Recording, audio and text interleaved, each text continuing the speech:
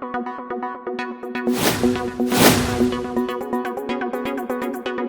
हैं शिक्षा सुधार रोजगार के साथ। मैं हूं नीरज, बिहार शिक्षक बहाली 2019-2021 की बड़ी खबरों के साथ। आज इस वीडियो में हम बात करेंगे स्टेट केस की। दो बड़े स्टेट केस में क्या हुआ। साथ में हम बात करेंगे एलपीए केस की। सीटेट दिसंबर एलपीए केस में आगे क्या होगा। National federation of the blind के केस में कब होगी अगली सुनवाई। साथ में बात करेंगे शारीरिक शिक्षा स्वास्थ्य अनुदेशक अभ्यर्थियों के गर्दनी बाग के धरने की। वीडियो शुरू होने से पहले आप अभ्यर्थियों से निवेदन है कि वीडियो को लाइक जरूर करें। आप लाइक करना भूल जाते हैं।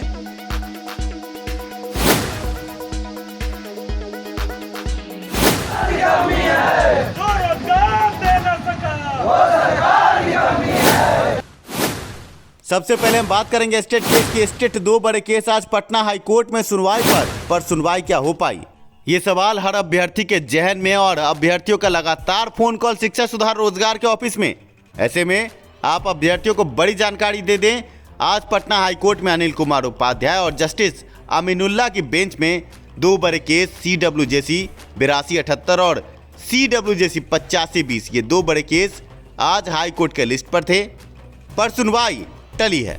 आपको बता दें कि अनिल कुमार उपाध्याय की बेंच में जो बड़ा केस CWJC 8520 था, उसकी सुनवाई 8 फरवरी को निर्धारित की गई है। इसके अलावा जस्टिस अमीनुल्लाह की बेंच में केस नंबर 8278 था, जिसकी सुनवाई 11 फरवरी 2021 तक टाली गई है। आपको बता दें 8278 केस पूरे सिलेबस के साथ परीक्षा के लिए केस है और इसमें अभ्यर्थियों की बड़ी मांग है कि पूरी परीक्षा को रद्द करके फिर से पुनः सिलेबस के साथ परीक्षा ली जाए। वहीं CWJC 8520 केस में गणित के अभ्यर्थियों की मांग है कि गणित की परीक्षा को पुनः ली जाए। ऐसे में देखना यह होगा कि दोनों बड़े केसों में क्या क्या नए फलसफे निकल कर आते हैं। आपको बता दें CWJC 8520 केस में गणित के अभ्यर्थियों की ये मांग है कि परीक्षा में मैथ के जो प्रश्न पत्र थे वो काफ़ी कठिन थे। ऐसे में मैथ की परीक्षा को रद्द करके पुनः परीक्षा ली जाए। वहीं CWJC 8278 केस में ये मांग की जा रही है कि सिलेबस ही नहीं था परीक्षा में, ऐसे में पूरी परीक्षा को रद्द करके पुनः परीक्षा ली जाए। दोनों बड़े हाई प्रोफाइल केस और दो बड़े जज। इन दोनों केसों में एक तरफ जस्टिस अनिल कुमार उपाध्याय, दूसरी तरफ जस्टिस अमानुल्लाह, ये दोनों बड़े जज हैं और दोनों बेंच से क्या फैसला आता है ये भी देखने की बात होगी। आपको बता दें कि अब ये केस 8 फरवरी और 11 फरवरी को लिस्ट पर है। देखना यह है कि अगली सुनवाई में क्या सामने आता है। आज गतिरोध का माहौल गर्म था। सुबह से ही ये कयास लगाए जा रहे थे कि क्या आज AG पहुंचेंगे हाई कोर्ट। इसके अलावा ये भी बात आ रही थी क्या विपक्ष के अधिवक्ता तैयार होंगे, क्योंकि कई तरह के गतिरोध व्हाट्सएप पर घूम रहे थे। ऐसे में आज क्या हाई कोर्ट में हुआ, सूत्रों के हवाले से ये खबर है कि आज सुनवाई जब प्रारंभ हुई हाई कोर्ट में अन्य केसों की, तो विलंब होता चला गया। ऐसे में आज इस केस की सुनवाई संभव नहीं थी। सुनवाई से पूर्व एग्जामिनेशन कंट्रोलर से क्या बातचीत हुई है, उस बातचीत का अंश भी आपको सुनवाएंगे।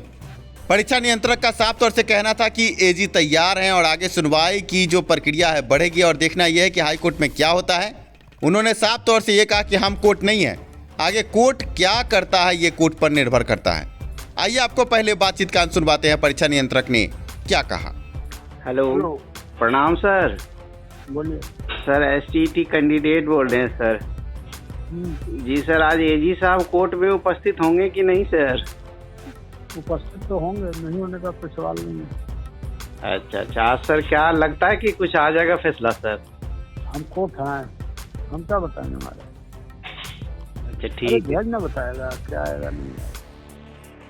जी। अभी आप सुन रहे थे बिहार विद्यालय परीक्षा समिति के परीक्षा नियंत्रक को। उन्होंने साफ तौर से कहा कि हम कोर्ट नहीं है, जज बताएंगे कि आगे क्या होगा। और माननीय न्यायाधीश ने अब 8 फरवरी और 11 फरवरी दो बड़ी तारीखों की घोषणा की है। अब 8 फरवरी को क्या होगा, 11 फरवरी को क्या होगा, ये देखने वाली बात होगी।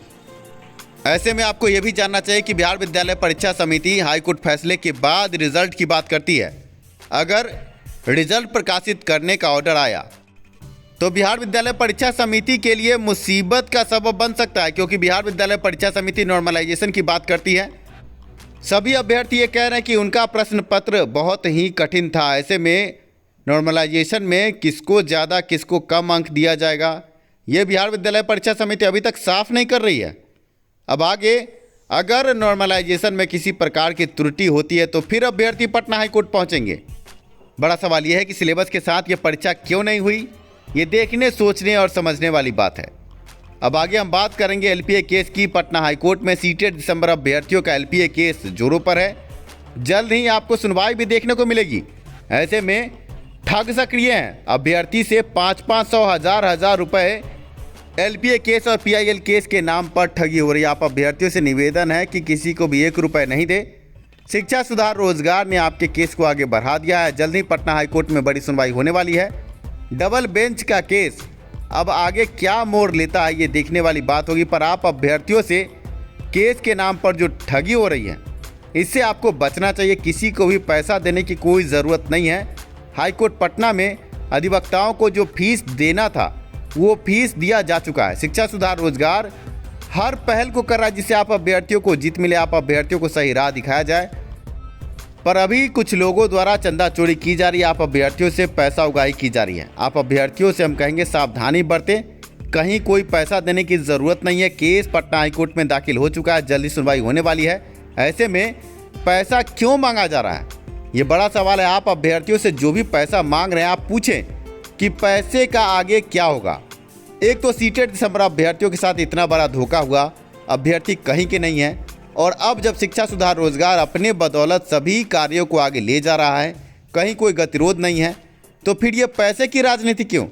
आप अभ्यर्थी अगर किसी को पैसा देते हैं और उसी पैसे से आपके केस को खराब किया जाता है, तो जिम्मेवार कौन होगा।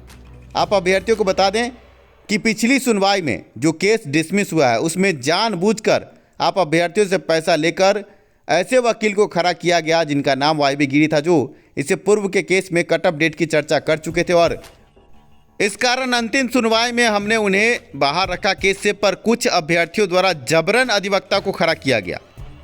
अब आप पूछेंगे कि सर, जब ऐसी बात थी तो आपने पहले ही अधिवक्ता को क्यों नहीं हटाया, शुरुआत में तो आपने ही रखा था। तो हम आपको कहेंगे कि वाईबी गिरी एक बड़े अधिवक्ता हैं और केस पलटने में माहिर है। ऐसे में अगर आप अधिवक्ता को नहीं बांधते तो आपके विपक्षी तो जरूर बांध लेते।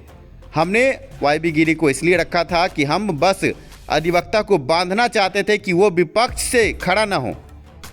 इसीलिए आखिरी सुनवाई में वाईबी गिरी नहीं थे। आप अभ्यर्थियों को हमने मना किया था कि वाईबी गिरी को नहीं रखना है, पर आप अभ्यर्थियों ने ही चंदा दिया इन चंदा चोरों को और आपके पैसे से जहर खरीद के आपको ही खिला दिया गया और केस हो गया डिसमिस। आप अभ्यर्थी जीता हुआ केस हारे हैं। इसलिए आप अभ्यर्थियों से हाथ जोड़कर निवेदन है कि चंदा चोरों के चक्कर से बाहर निकले। आप अभ्यर्थियों से बार बार पैसा उगाही करके ये आपके केस को खराब करते हैं। ऐसे में अब बात करते हैं national federation of the blind के केस की।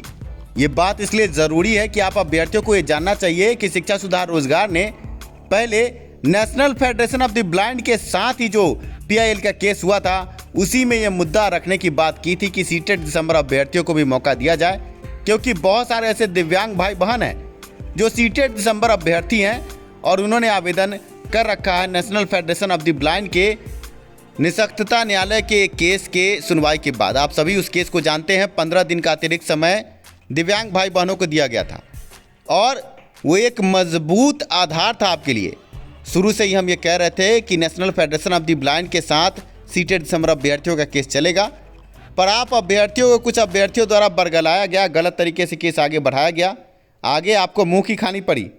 अभी भी national federation of the blind का केस जो डबल बेंच में है, पीआईएल का केस है, चीफ जस्टिस खुद उस केस को सुन रहे हैं। ऐसे में जो दिव्यांग भाई बहन हमारे हैं जो पीआईएल के केस में हैं, उनके द्वारा ये बात हम रखवा रहे हैं कि वो सीटेट दिसंबर हैं और दिव्यांग हैं, उनको मौका दिया जाना चाहिए।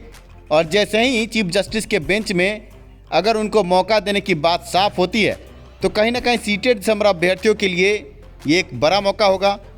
आप अभ्यर्थी बात को समझे। शिक्षा सुधार रोजगार सिर्फ बात नहीं करता, कार्य करता है। पर कुछ चंदा चोर आप अभ्यर्थियों से पैसा ठग लेते हैं और गलत तरीके से उसका उपयोग करते हैं। अभी पीआईएल के नाम पर, एलपीए के नाम पर आपसे पैसा लिया जा रहा है। आप ये समझिए कि केस पैसा से नहीं, केस अकल से जीता जाता है और पैसा इंसान को तबाह और बर्बाद करता है। पैसे की राजनीति इंसान को तबाह और बर्बाद करती है। पहले से बीटेड सीटेड पास अभ्यर्थी शिक्षा सुधार रोजगार को चंदा चोर कहते हैं। पर वो क्यों कहते हैं? क्योंकि उन्हें ये डर है कि अगर शिक्षा सुधार रोजगार अपने मिशन में कामयाब हो गया तो सीटेड दिसंबर अभ्यर्थियों को मौका मिल जाएगा। पर आप सीटेड दिसंबर अभ्यर्थी क्या कर रहे हैं? आप चंदा चोरी में सहभागी बनते हैं। आप ऐसे लोगों को पैसा देते हैं जहां देना नहीं है। आप अभ्यर्थियों को बार बार शिक्षा सुधार रोजगार मना करता है कि कहीं पर पैसा न दें। वाईबी गिरी से लेकर अब एलपीए और पीआईएल के केस तक हम आपको बार बार ये समझा रहे हैं कि आप किसी को पैसा न दें, पर आप अभ्यर्थी पैसा देते हैं और अपना केस खराब करते हैं। आखिरी बार आप अभ्यर्थियों से अब निवेदन करेंगे कि किसी को पैसा न दें, पैसे की राजनीति करने वाले से बचें।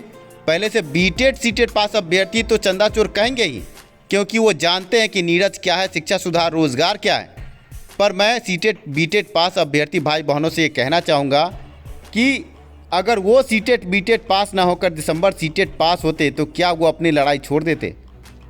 आज वो शिक्षा सुधार रोजगार के खिलाफ खड़े हैं, पर वो अगर यहाँ होते तो वो भी अपनी लड़ाई लड़ते। और शिक्षा सुधार रोजगार लड़ाई लड़ रहा है क्योंकि वो भी ये समझे कि 10 साल के बाद बिहार में शिक्षक बहाली आई है। अगली बहाली कब होगी कोई नहीं जानता। जब इस बहाली में इतने गतिरोध हैं तो आगे क्या होगा ये कोई नहीं बता सकता। ऐसे में हम अपने हक को लेकर आगे हैं और जब तक मौका नहीं मिल जाता शिक्षा सुधार रोजगार सीटेड अभ्यर्थियों के साथ खड़ा रहेगा। ऐसे में पहले से बीटेड सीटेड पास अभ्यर्थी कान खोलकर सुन लें। आप कितना भी अफवाह उड़ाएं, आप कितना भी गलत बयानी करें, शिक्षा सुधार रोजगार अपने रास्ते से न डिगा है न डिगेगा। हमने ये मुद्दा उठाया कि फर्जी अभ्यर्थी हर नियोजन इकाई में है। आज शिक्षा सुधार रोजगार की आवाज़ उठाने के बाद अब नियोजन इकाई पर कार्रवाई हो रही है, ऑनलाइन बहाली की बात हो रही है। आप समझिए कि इससे फ़ायदा किसको हुआ? इससे फ़ायदा आम अभ्यर्थियों को हुआ, गरीब अभ्यर्थियों को हुआ। फर्जी अभ्यर्थी बाहर हो रहे हैं। आप नियोजन इकाई की मेधा सूची को देखें, मेधा सूची में कितनी तरह की गड़बड़ियाँ थी। हमने मुद्दे को उठाया, शिक्षा मंत्री से लेकर के प्रधान सचिव तक, निदेशक तक, हर जगह मुद्दे को रखा और आज जांच जारी है और ऑनलाइन बहाली की बात हो रही है। इससे फ़ायदा किसको हुआ है? आप आम अभ्यर्थियों को। जो अभ्यर्थी मेरिट वाले हैं वो अब नियोजन इकाई में खुलकर जाते हैं। उनको पता है कि अब सर्टिफिकेट की जाँच होगी और फर्जी अभ्यर्थी बाहर होंगे। आप समझिए कि इस 94,000 शिक्षकों की बहाली में शिक्षा सुधार रोजगार के आंदोलन से फायदा तो आपको भी हो रहा है, पर आप अभ्यर्थी अहम की राजनीति करते हैं। आप अभ्यर्थी शिक्षा सुधार रोजगार को बदनाम करते हैं, पर मुद्दे से भटकने से आपकी ज़िंदगी भी बर्बाद होगी। ये भी आपको सोचना चाहिए। आप अभ्यर्थी गलत तरीके से जल्द बहाली चाहते हैं। शिक्षा सुधार रोजगार निष्पक्ष और सही तरीके से बहाली चाहता है। शिक्षा सुधार रोजगार की तो ये भी मांग है कि डोमिसाइल के साथ सिर्फ बिहार के अभ्यर्थियों को ही मौका मिले और इसमें भी हम कामयाब हो सकते हैं। पर पहले से बीटेड सीटेड पास अभ्यर्थी को सोचना होगा कि वो शिक्षा सुधार रोजगार के साथ खड़े हों, तभी यह मुमकिन हो पाएगा। ऐसे मौके पर स्टेट की भी हम बात करेंगे। स्टेट का नाम लेकर आप अभ्यर्थियों को बरगलाया जाता है कि नीरज द्वारा स्टेट परीक्षा कैंसिल करवा दिया गया। आप अभ्यर्थी सोचे कि बिना सिलेबस की वो परीक्षा थी और सभी अभ्यर्थी अच्छा अंक ला रहे थे। आप समझिए कि 37,500 सीट था, क्या सभी को नौकरी मिल जाती? आप अभ्यर्थियों को छांटा जाता, फिर आप पटना हाईकोर्ट पहुंचते। हमने सिलेबस की बात की। परीक्षा में कुव्यवस्था और कदाचार चरम पर था। ऐसे में हमने परीक्षा को रद्द करवाया और सिर्फ परीक्षाएं रद्द नहीं करवाई, सिलेबस के लिए लेटर भी जारी करवा दिया। पर आप अभ्यर्थियों में से कुछ अभ्यर्थी आगे बढ़े, जैसे में आलोक श्रीवास्तव था, पंकज था, कई तरह के नाम हैं। ये आनंद फानन में पटना हाईकोर्ट पहुंचे और रिजल्ट की मांग को लेकर बड़ा केस ठोक दिया। केस ठोकने के बाद आनंद फानन में परीक्षा हुई, सिलेबस का लेटर कहीं गुम हो गया और फिर से बिना सिलेबस की परीक्षा हुई और आप अभ्यर्थी अभी कलेजा पीट रहे हैं। पर गलती किसकी थी? जब सिलेबस का लेटर हमारे द्वारा जारी करवा दिया गया था, सिलेबस बन रहा था, पर आप अभ्यर्थी लगातार रिजल्ट को लेकर पटना हाईकोर्ट पहुंचे थे और आप ही ने चंदा चोरों की मदद करके बड़ा केस पटना हाईकोर्ट में किया। आनंद फानन में परीक्षा कहीं ना कहीं आपके केस के कारण ही हुआ। शिक्षा सुधार रोजगार कहाँ गलत था? अभी दिव्य प्रकाश जो हैं, जो आगे केस को लेकर बढ़ रहे हैं, जिसमें सिलेबस मुद्दे की चर्चा है कि बीएसईबी द्वारा सिलेबस का लेटर जारी किया गया था कि सिलेबस बनेगा फिर परीक्षा होगी, तो पहले परीक्षा कैसे? ये लेटर किसके द्वारा निकाला गया? बीएसईबी द्वारा निकाला गया, हमारे रिप्रेजेंटेशन के बाद। कहीं ना कहीं हम एक सही रास्ते पर चलते, पर आप अभ्यर्थी कूद फान करके अपने केस को खराब करते हैं, अपने लड़ाई को खराब करते हैं और बाद में कलेजा पीटते हैं। अभी फर्जी अभ्यर्थियों के मुद्दे पर शिक्षा सुधार रोजगार ने जो कदम उठाया है और आज फर्जी अभ्यर्थी बाहर हो रहे हैं, इससे फ़ायदा किसको है? सभी अभ्यर्थियों को। अगर सिलेबस के साथ स्टेट परीक्षा होती, फ़ायदा किसको होता? सभी अभ्यर्थियों को। पर आप अभ्यर्थियों में से कुछ अभ्यर्थी जो चंदा चोर हैं, आप अभ्यर्थियों को बरगलाते हैं, वो चाहे सीटेट दिसंबर में हो या पहले से बीटेट सीटेट पास में हो या स्टेट में हो। आप अभ्यर्थियों को ये सोचना चाहिए कि आगे किस तरह कार्य को बढ़ाया जाए जिससे बिहार की शिक्षा व्यवस्था आगे सुदृढ़ हो। शिक्षा सुधार रोजगार ये कोई नाम नहीं है, ये एक मुहिम है, शिक्षा सुधार रोजगार। ये नाम ऐसे ही नीरज कुमार ने शिक्षा सुधार रोजगार का बैनर नहीं बनाया है, पर आप अभ्यर्थियों को सच और झूठ को समझना होगा। धन्यवाद आप सभी का वीडियो देखने के लिए, साथ देने के लिए। आशा है आप समझ चुके होंगे।